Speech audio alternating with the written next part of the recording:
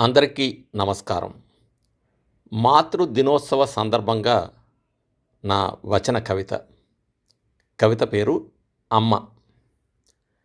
అమ్మ ఒక అందం, అమ్మ ఒక ఆనందం, అమ్మ ఒక బలం, అమ్మ ఒక శౌర్యం, అమ్మ ఒక బంగారం, అమ్మ ఒక మణిహారం, అమ్మ ఒక పన్నీరు, అమ్మ ఒక సెలయేరు, అమ్మ ఒక అద్భుతం, అమ్మ ఒక ఆశయం, అమ్మ ఒక గౌరవం, అమ్మ ఒక నిర్ణయం, అమ్మ ఒక అనురాగం, అమ్మ ఒక సంస్కారం, అమ్మ ఒక ఆత్మీయత, అమ్మ ఒక సానుకూలత.